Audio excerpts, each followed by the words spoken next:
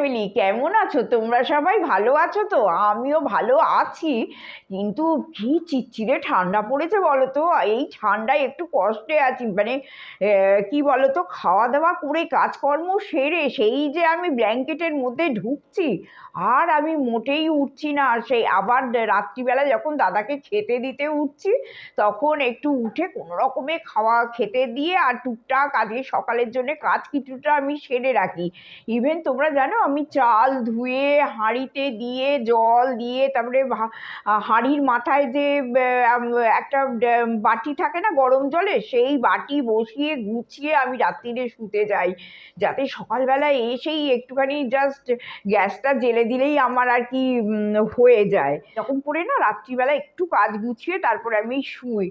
আর দাদা যদি বলে বিকেলবেলা চলো কিছু একটু করতে যাই বা কিছু কেনাকাটাও তো অনেক সময় থাকে, আমি মোটেই বাড়ি থেকে বেরোই না। কালকে অনেক করে আমাকে বলছিল যে একটু রামতলায় যেতে। এইবার রামতলায় ওই যে পুরী থেকে মনে আছে হ্যান্ডমেড যে আঁকাগুলো কিনে এনেছিলাম তসর কাপড়ের ওপরে, ওইগুলো দাদা বলছিল চলো বাঁধাতে দিয়ে আসি। অনেক দিন এসেছি পুরী থেকে, কিন্তু বাঁধাতে দেওয়া হয় না। কিন্তু সত্যি বলছি বিকেলবেলা আর বেরোতে পারছি না। আর আজকে মনে হচ্ছে একটু একটু ঠান্ডাটা কম লাগছে, কিন্তু যত ঠান্ডা তো চান করার সময় লাগে। তা সকালবেলা আবার ওপরের কাজ, ছাদ বাগানের কাজ, ওপরের কাজ সব হয়ে গেছে। এইবার আমি এই নিচেটা, এইটা মানে মাঝে মধ্যে হয়, আর এইটা ম্যাক্সিমামই দাদা করে জানো। তা আমার না ওই ওপর দিকে হাত যায় না, তো ভাবলাম যে একটু নোংরা নোংরা হয়েছে। আর এই ঠান্ডায় দাদাকেও তো বলতে খারাপ লাগে বলো না, তারও তো বয়স হচ্ছে, করে সবই করে। কিন্তু মনে মনে ভাবলাম যে ঠিক আছে, রান্নাঘরটা যাওয়ার আগে একটুখানি এইগুলো করে নি। আর তোমরা তো আমার এই পেঁচা চেনোই, এই চোখে বন্ধ করে এই যে পেঁচা আছে, এইগুলো একটু নোংরা হয়েছে জানো বন্ধুরা। এইগুলোকেও না একটু শ্যাম্পু জলে যদি এইটা রাত্রিবেলা ভিজিয়ে রেখে দিই, সকালবেলা উঠে একদম সাদা ধপধপ করে। একটু ঠান্ডাটার জন্য না সব কাজ আটকে বসে আছে। তোমাদের আমি দেখাবো যে আমি কিভাবে রান্নাঘরটা সুন্দর করে, মানে অর্গানাইজড ওয়েতে ক্লিন করি। তা সেটা ঠান্ডা না গেলে তো সেটা করাই সম্ভব হচ্ছে না। আর আজকে যেহেতু শনিবার, আজকে তো আমাদের ভেজ ডে। আজকে রান্নাঘরে করব হচ্ছে বিউলির ডাল করব। অনেকদিন বিউলির ডাল করি না। তা বিউলির ডাল করব, আর আলু পোস্ত করব। দাদা আবার পোস্তই কিছু দেয়া খুব একটা পছন্দ করে না। মানে আলু পোস্তটা খাবে কেমন লাল লাল, যে আলু দিয়ে শুধু পোস্ত দিয়ে আলু পোস্ত, ওটা খেতে ভালোবাসে। আমি দাদাকে বললাম যে ফুলকপি দিয়ে আলু দিয়ে পোস্ত দিয়ে করব। দাদা বললো যে না না, তুমি বরঞ্চ ফুলকপি ভাজা করো, খুব ভালোবাসে ফুলকপি ভাজা খেতে। ফুলকপি ভাজা কড়াইশুঁটি দিয়ে করো। আর জীবনে করিনি কড়াইশুঁটি দিয়ে ফুলকপি ভাজা, তা আজকে করব। বিউলির ডাল আর আলু পোস্ত, এই মোটামুটি একটা ঠিক আছে। তারপরে দেখা যাক। যে টমেটো পোড়াটা খেতে ভারী ভালো লাগে জানো। আর একটা জিনিস হচ্ছে, আমার নিচে ফ্রিজ ওপরে ফ্রিজ তো, এইবার ওইটা কি হয় যে করতে গেলেই মানে টমেটো ফুরিয়ে গেছে নিচের ফ্রিজে, আনবো আর মনে থাকে না, আবার উপরে যাও গিয়ে। ও তোমাদের দেখাতে ভুলে গেছি একটা, জানো বিয়ে বাড়ি এসেছে, এই যে বিয়ে বাড়ির কার্ড এসেছে। 14 তারিখ ওদের রিসেপশন, আর 12 তারিখ বিয়ে। 12 তারিখ মানে সরস্বতী পুজোর দিন। এবার 12 তারিখ আমাদের দুদিনই নেমন্তন্ন। কিন্তু আমরা বলেছি বিয়েটাই যাব না, মানে বরযাত্রীটাই যাব না, কিন্তু আমরা রিসেপশনে অবশ্যই যাব।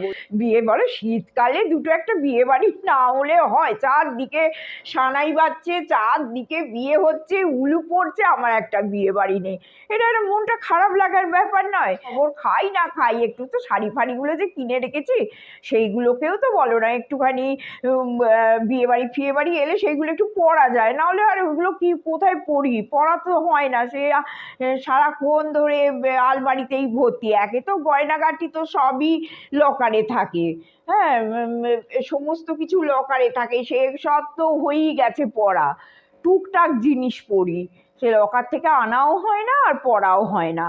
আর অনেক কাজ পড়ে আছে, যেমন ফ্রিজে আমার যে রাখা সব মশলা করি রাখা, তোমরা দেখেছো ছোট ছোট শিশিতে সব থাকে না, সেইগুলো ফুরিয়ে গেছে, ওলট পালট হয়ে গেছে, সেইগুলো ঢালবো। আমার স্টোর রুম, যেটা তোমরা দেখেছো স্টোর রুম, সেটাও মানে একটু অগোছালো হয়ে গেছে। রান্নাঘরটাও পরিষ্কার করতে হবে, কিন্তু শীতের জন্যে মোটেই করতে পারছি না।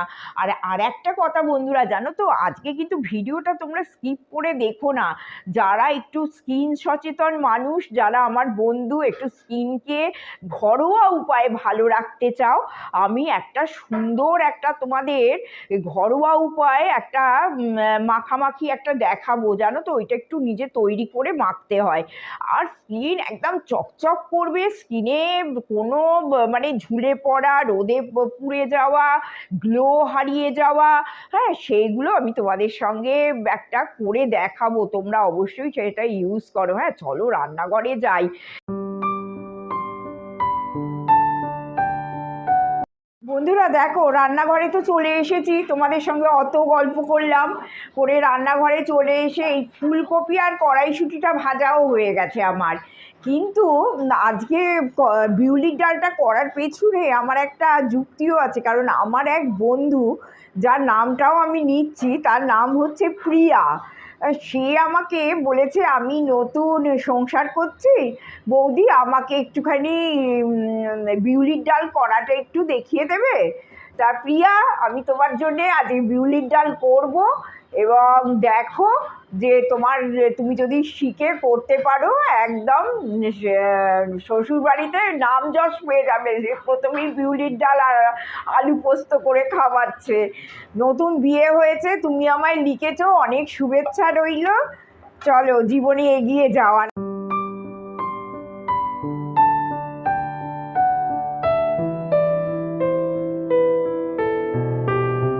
বন্ধুরা দেখো, পোস্তটা মোটামুটি আমার হয়ে গেছে।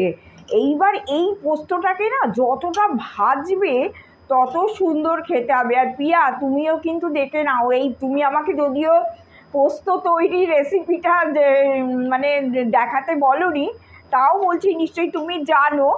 আর এই রকমভাবে লাল লাল পোস্ত আর বিউলির ডাল করে শ্বশুরবাড়িকে চমকে দাও।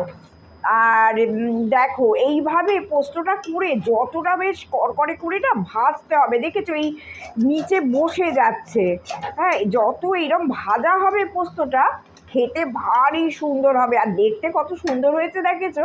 দাদা না এইরকম পোস্ত খেতে ভালোবাসে, লাল লাল। তো আমি আমার খুব সাধারণ জীবনযাপন যেটা করি, আমি তোমাদের সঙ্গে সেইটুকুই একটু শেয়ার করে দেওয়ার চেষ্টা করি। চলো দেখো, পোস্তটা হয়ে গেল, এই ফুলকপি ভাজা এইসবও হয়ে গেছে, তোমাদের দেখিয়েও দিয়েছি। এইবার শুধু প্রিয়ার জন্য আমি এই ডালটা শেয়ার করেছি। দেখো, আমি কড়াই সর্ষের তেল দিলাম।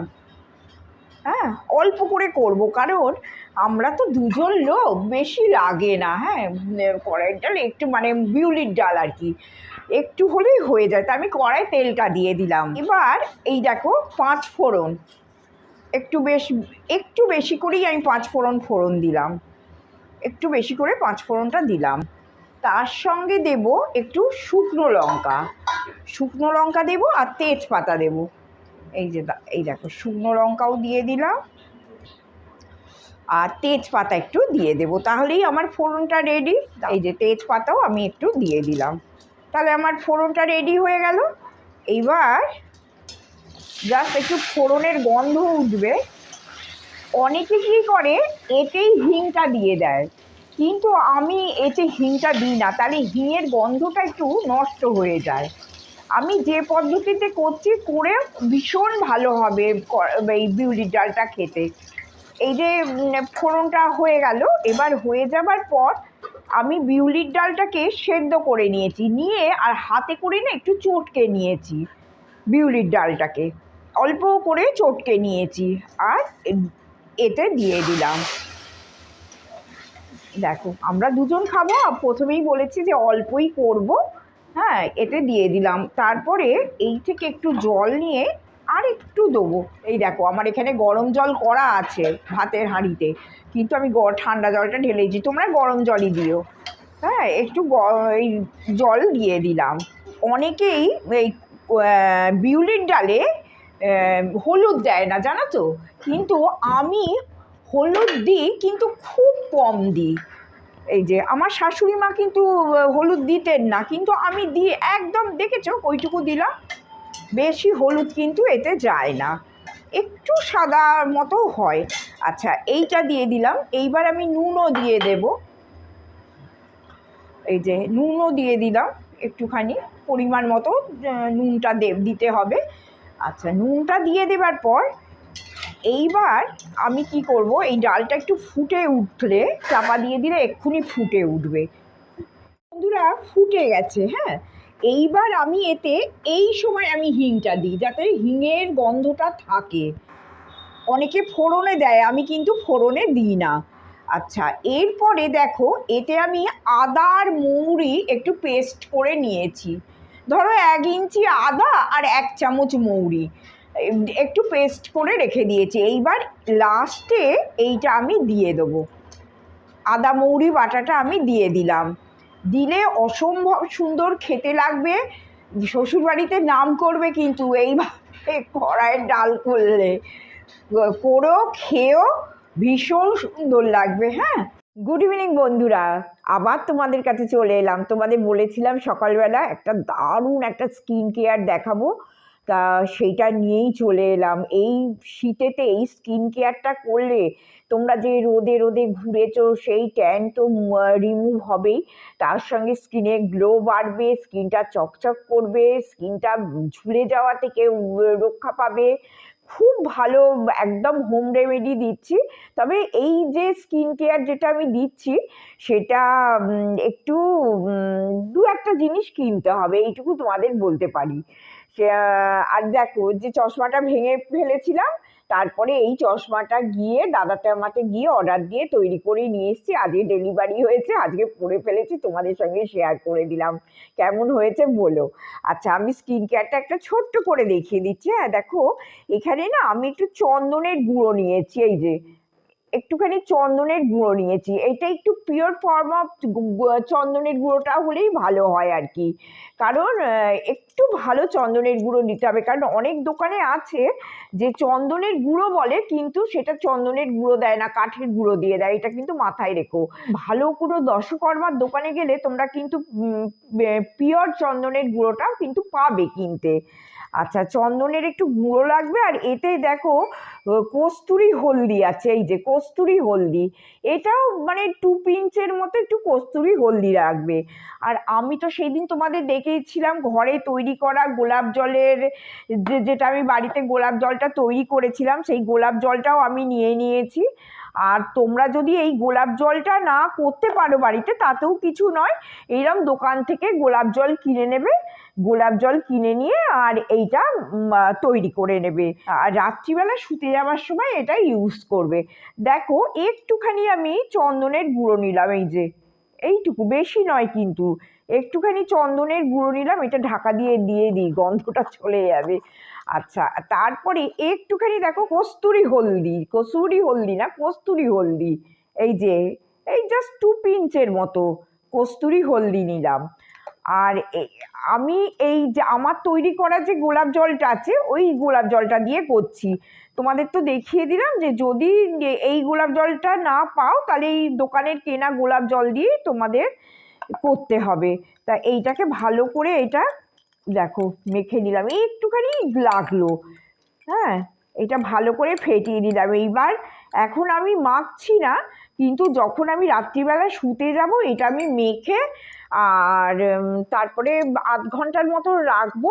রেখে তারপরে এটা ওয়াশ করে তোমরা যে যা নাইট ক্রিম মাখো, মেখে এটা শুতে যাবে। হ্যাঁ, আর এইটা দেখিয়ে দিলাম, করো বন্ধুরা, ভীষণ উপকার পাবে। এইগুলোই আমি বাড়ির তৈরি নানান রকম জিনিস দিয়ে তৈরি করি, এবং আমি নিজেও মুখে মাখি। আর আজকের মতো ভিডিওটা শেষ করলাম। সঙ্গে থেকো, আর সাবস্ক্রাইব করতে ভুলো না, কমেন্ট অবশ্যই করো। আজকের জন্য টাটা, গুড নাইট।